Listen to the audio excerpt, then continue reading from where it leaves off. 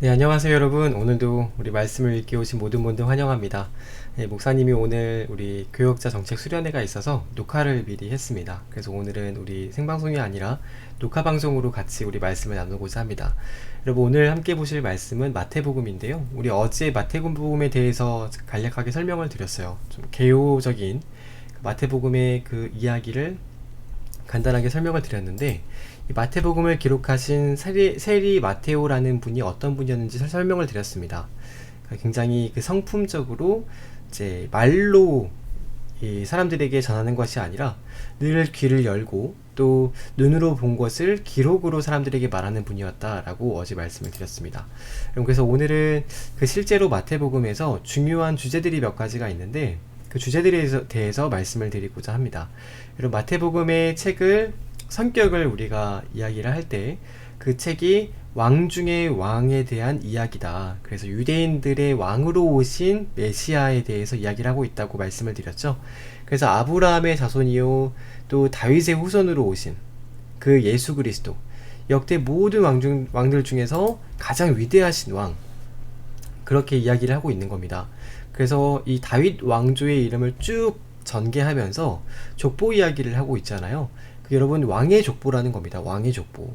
마태복음 1장에 보시면 왕의 족보를 쭉 이야기하면서 그 요셉의 아들로 예수 그리스도, 아브라함과 다윗의 자손으로 오신 예수 그리스도, 그래서 모든 왕들 중에서 가장 뛰어나신 왕이 바로 그 예수 그리스도시다.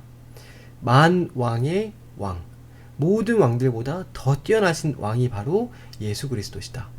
마태가 보기에 어떤 부분이 예수님의 만왕의 왕이라고 말할 수 있는 부분이었는지 여러분 그 이야기를 오늘 조금 드릴 텐데요. 마태가 보기에 여러분 예수님께서 만왕의 왕이 되실 수 있는 이유는 뭐냐? 여러분, 첫 번째는요. 마태가 보기에 예수님은 전능하신 왕이라는 겁니다. 여러분, 역사적으로 보면은 무능한 왕들이 참 많이 있죠. 근데 여러분이 어떤 나라의 백성이 되고 싶다고 우리가 되어야 한다고 생각을 할 때 무능한 왕의 백성이 되고 싶으세요, 여러분? 그러신 분이 혹시 계신가요? 무능한 왕의 백성이 되면은 나라를 빼앗길 수도 있습니다. 여러분, 강한 왕, 능력 있고 자기의 백성을 누구에게도 빼앗기지 않을 수 있는 여러분 그런 왕의 밑에 있어야, 그런 왕의 백성이 돼야 여러분 안심을 할 수 있는 겁니다. 그렇죠? 예수님은 보기에요, 마태가 보기에 능력으로 사탄의 권세를 제어하시고, 능력으로 질병을 제어하시고, 능력으로 모든 악한 것들, 약한 것들을 제어하시고 되찾으시는 왕이 바로 예수 그리스도시다. 그 예언을 성취하는 구원자, 전능하신 왕이 바로 우리 예수 그리스도시다. 여러분, 근데 중요한 거는 힘만 있다고 그럼 다냐? 힘만 있다고 능사냐? 그렇지도 않습니다. 여러분, 힘이 있는 왕들 중에서 또 악한 왕들이 많아요. 억압과 착취로 백성들의 고혈을 빼는 왕들이 참 많잖아요. 여러분, 히틀러 보세요. 능력 있는데 얼마나 악한 왕입니까? 여러분, 독재자들도 보시고 여러분 다 생각을 해볼 때 독재를 하는 것은 여러분 기본적으로 자기의 이런 권력을 위해서, 정치를 오래 하시는 분들, 권력을 오래 가지고 계시는 분들은 타락할 수밖에 없습니다. 대개의 사람이요, 권력을 오래 누리면은 부패하고 타락하거나 악해지는, 그래서 그 교만이 차올라서 자기 머리 위에 다른 사람이 없게 되는 그런 경우가 참 많잖아요. 여러분, 그렇기 때문에 능력 있는 왕이라고 다 좋은 게 아니라 중요한 건 선한 왕이어야 된다는 겁니다. 선하신 왕. 뿐만 아니라 자기만 알고 자기만 잘 먹고 잘 사는 게 아니라 공평하신 왕이어야 된다는 겁니다. 왕의 조건 중에요, 중요한 조건이에요. 능력이 많으실 뿐만 아니라 선하셔서 자기만 위하는 것이 아니라 그 백성들을 위하는 왕. 여러분, 우리가 뭐 요즘 정치를 우리 중동부 아이들이 잘 모르겠지만 정치적으로 무슨 개혁을 한다, 뭐 언론을 개혁한다, 뭐 사법 개혁을 한다, 뭐 검찰 개혁, 교육 개혁 이런 말을 하잖아요. 왜 그런 개혁을 한다는 말이 나오겠어요? 공평하지 않기 때문에 그렇습니다, 여러분. 여러분, 누구 한 사람이 특혜를 받고 다른 사람은 억울한 일을 당하게 되면 여러분 그게 쌓이면은 정의가 강같이 흐르게 되지 않는, 공평이 사라져버리는 그런 시대가 오는 겁니다. 그럴 때 사람들이 개혁을 해야 된다. 약자를 보호하기 위해서, 소외받는 사람이 없기 위해서 다시 정치를 공평하게 하자. 그걸 가장 잘했던 사람이 누구냐면요, 다윗입니다. 여러분, 다윗. 다윗이 가장 공평과 정직의 이 정치를 했던 왕입니다. 여러분, 그래서 하나님께서 다윗을 그렇게 사랑하셨는지 모르겠어요. 여러분, 인간의 정치라는 게 결국에는 늘 보면은 공의롭거나 정의롭거나 공평하지만은 않습니다. 돈에 의해서 움직일 때도 있고 인맥에 의해서 움직일 때도 있고 다 그렇다는 겁니다. 근데 여러분, 우리 예수님께서는 그야말로 정치를 하시되 가장 그분 밑에서 함께하고 싶은 정치, 어떤 정치냐, 사랑으로 다스리는 정치를 한다는 겁니다. 사랑으로. 여러분, 사랑을 가진 정치를 해본다고 생각을 해보세요. 세상에요, 정치인들 욕할 분 아무도 안 계십니다. 사랑을 가지고 여러분, 돈의 이익과 자기 이익을 위해서 정치를 하는 게 아니라 사랑으로 정치를 한다고 생각을 해보시면 누구든지 다 용서할 수 있습니다. 당신을 위해서 했는데 조금 실수하더라도 우리가 용인해 줄 수 있는 거 아니에요? 근데 여러분, 보통 그렇게 못합니다. 별의 별 정말 악한 그런 사람들이 많죠. 근데 여러분, 예수님께서는 참 사랑의 정치를 하시는, 공평하시고 선하신 분. 그래서 여러분, 그분은요, 결국에 자기 스스로를 십자가에 달려 죽이기까지, 자기를 희생하기까지 백성들을 살리시고자 하셨던, 여러분, 자기를 백성들을 위해서 죽이려고 하는 정치인이 여러분 누가 있어요? 백성들 대신해서 죽을 왕이 여러분 누가 있습니까? 예수님은 그러셨다는 겁니다. 능력 있을 뿐만 아니라 백성들을 위해서 죽을 수 있는 왕, 선하시고 공평하신 왕이 바로 예수 그리스도시다. 여러분, 근데 중요한 거는요, 그런 분이 자꾸 바뀌면 되겠어요? 변덕을 부리면 여러분 되겠습니까? 아무리 왕이 좋다고 하더라도 오늘과 내일이 다르면은 신뢰가 안 될 거 아니에요. 근데 여러분, 예수님은요, 그런 걱정이 없습니다. 예수님은요, 그분 자체가 완전하시기 때문에 불변하십니다. 영원히 변하지 않으시는, 신실하다, 늘 한결같이 믿을만하신 분, 완전하신 분, 바로 여러분, 변하지 않으시는 분이 바로 우리 예수 그리스도, 변하지 않는 왕입니다. 뿐만 아니라 여러분, 이 예수님께서는요, 정말 능력도 있고, 그리고 선하시고 공평하시고 변하지 않는 신실함도 있으시지만 더욱이 겸손하세요. 거들먹거리지 않습니다. 힘이 있다고, 자기 좀 잘났다고 다른 사람 무시하거나 그러지 않고요. 예수님은 이 땅에서 십자가를 지러 가실 때 나귀, 당나귀를 타고 오셨습니다. 당나귀가 어떤 동물이냐면 역할이 분명한 동물이에요. 당나귀는요, 짐을 지거나 사람을 등에 태우는 일 말고는 할 수 있는 게 없습니다. 당나귀는 딱 그것만 할 수 있어요. 그것만. 짐을 지는 일밖에 못합니다. 그러니까 사람들이 당나귀에 늘 짐을 지우고 가는 거죠, 짐을. 근데 여러분, 예수님께서 다른 백마를 타고 오신 것도 아니고 엄청난 전차를 타고 오신 것도 아니고, 여러분, 그 짐을 메고 다니는 당나귀, 사람들이 가장 하찮게 여겼던 그 당나귀의 등에 타서, 심지어 아무도 태워보지 않았던 그 어린 나귀를 타서 예루살렘으로 들어가셨던, 예루살렘에 입성하셨다는 겁니다. 여러분, 마치 자기 스스로 십자가를 등에 짊어지고 그 멍에를 지고 모든 인생들의 짐을 짊어지시고 골고다 언덕을 오르셨던 것처럼 나귀 새끼를 타고 오신 겸손하고 평화의 왕, 평화의 임금, 여러분, 그분은요, 우리에게 어떤 마음을 가지시냐면 주고 또 주고 싶어 하십니다. 인색하지 않으세요. 여러분, 그 능력 있고 겸손하시고, 여러분, 그렇게 이 선하시고 공평하시고, 여러분, 그런 왕께서는요, 우리를 대하실 때 모든 걸 다 주고 싶어 하세요. 할 수만 있거든 다 주고 싶어 하십니다. 그래서 여러분, 예수님을 가리켜서 우리가 말하기를 만복의, 만가지 복의 근원이시다. 참 생명과 영원한 생명과 풍성한 은혜, 작은 은혜를 주시는 게 아니라 정말 누가 보더라도 풍성해서 정말 그 보는 아름다움이 넘치고 충만한 그런 것들을 우리에게 주기를 원하신다. 여러분, 예수님은 우리에게 상급을 주기 원하시는 분이지 우리를 잘못된 길을 원하시는 분이 아닙니다. 여러분, 간구하고 기도하는 자에게 가장 좋은 것을 주시는 분이 바로 우리 예수님이십니다. 여러분, 그분은요, 이제 이런 모든, 방금 말씀드렸던 것처럼 이런 모든 성품을 가지신 왕이기 때문에 이 모든 세계의 왕 중에 왕이라고 할 수 있는 겁니다. 마태가 보기에 이 예수님이야말로 세상 그 어떤 왕과도 비교되지 않는 정말 유대인의 왕으로 오신 메시아다. 언약을 성취하시는 구원자다. 라고 마태가 말을 하는 겁니다.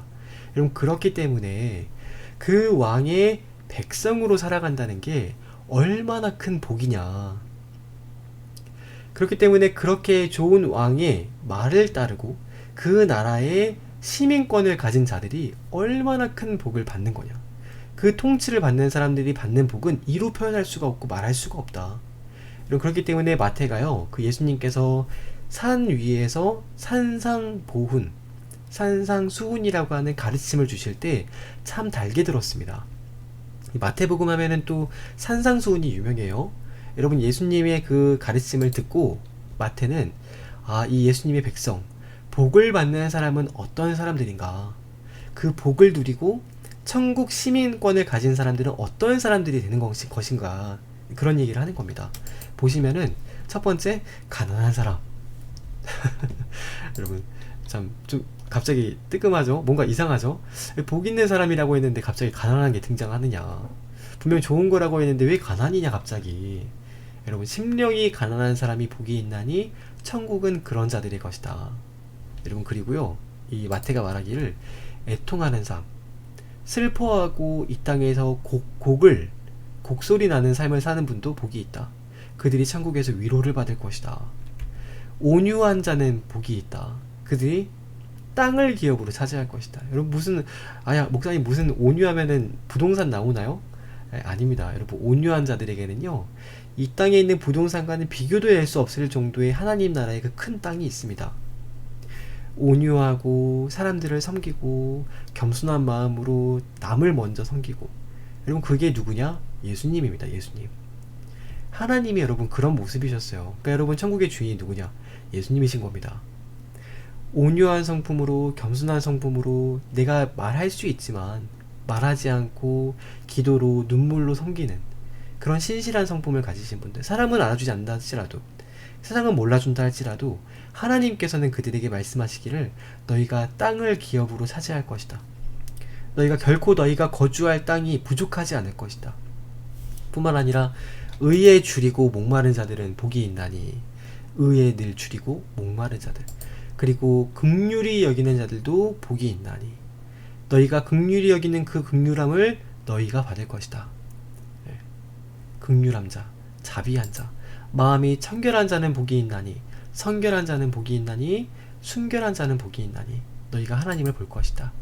화평케 하는 자들은 복이 있나니, 평화를 늘 어디 가든지 피스메이커, 평화를 만들어가고 도모해가는 사람들, 여러분, 그런 분들이 바로 하나님의 아들이라 일컬음을 받을 것이다.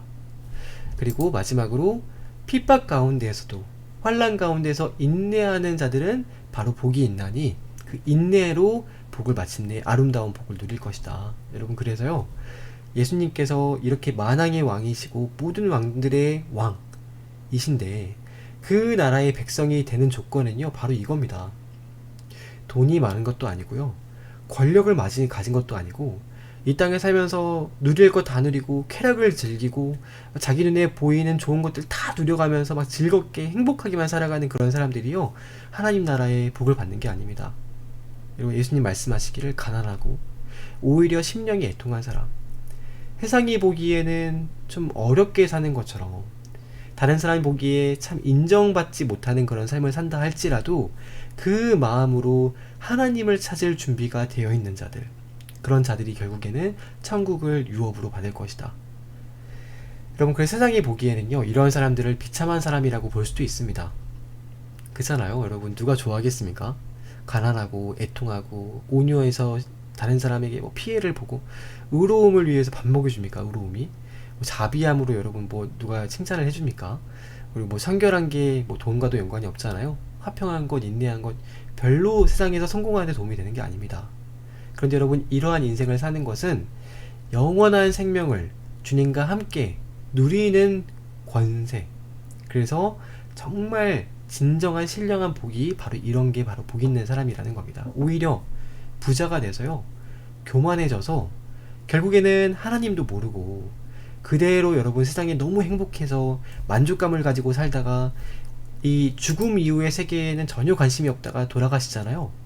여러분 그런 분은 태어나지 않는 것만 못합니다. 사실은 그런 분들이 진짜 복 있는 게 아니에요.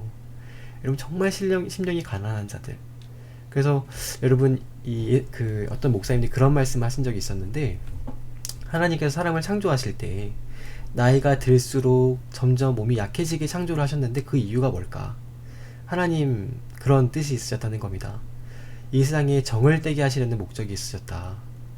너무 갈수록 평안해지고 돈도 많아지니까 여러분 오죽 좋아요? 갈수록 자리도 잘 잡을 테니까. 갈수록 건강해지고 젊어지면은요 사람이 천국 가기 싫어집니다. 갈수록 몸이 쇠약해지고 연약해지고 이 땅에서 여러분 좋은 것들 누릴 수 있는 그런 힘이 다 소진될 때 비로소 천국을 소망하게 되는 겁니다. 사람이 그때서야 이제 내세에 대해서 하나님에 대해서 다시 바라볼 수 있는, 그래서 정을 떼기 위해서 이렇게 하셨다. 목사님은 그 말도 일리가 있는 것 같습니다. 네, 너무 이 땅을 사랑해서 안 된다는 거죠. 여러분 그래서요 이 마태복음에 보면은 이런 복음에 대해서 복받는 사람에 대해서도 이야기가 나오는데, 중요한 건 마태복음은 한편으로 이런 복된 신령한 이야기만 한 것이 아니라 반대로 두렵고 떨리는 말씀도 있습니다. 이 마태복음 24장에 보면은요 다른 복음서들과 비교되지 않을 정도로 마지막 때에 대해서 이야기를 정말 자세하게 하십니다. 그래서 여러분 마태복음이라는 그 책이요 원래 책 제목이 마태복음이 아니에요. 가타 마따이온이라고 합니다. 가타 마따이온. 가타 마따이온이 무슨 말이냐? 가타가 증언 이런 겁니다. 마타이온은 마태에 의한, 마태에 의한 증언들, 증거, 이야기들. 그러니까 여러분 마태는요 사실을 그대로 기록했기 때문에 복된 소리도 있지만 두렵고 떨리는 예수님이 하셨던 말씀도 기록을 했습니다. 듣기 좋은 말만 한 게 아닌 거죠. 여러분 그래서 마태복음에 나오는 심판받는 사람들은 어떤 사람이냐? 심판받는 사람. 여러분 이런 사람이 되지 않도록 여러분 기도하시길 바랍니다. 여러분 예수님은요 알곡과 쭉정이를 반드시 가리신다. 그리고 곡식은 모아서 곡간에 거두시고 가라지는 불사르신다. 반석 위에 지은 집과 모래 위에 지은 집이 반드시 차이가 날 것이다. 착하고 충성된 종과 악하고 게으른 종을 하나님 반드시 가르실 것이다.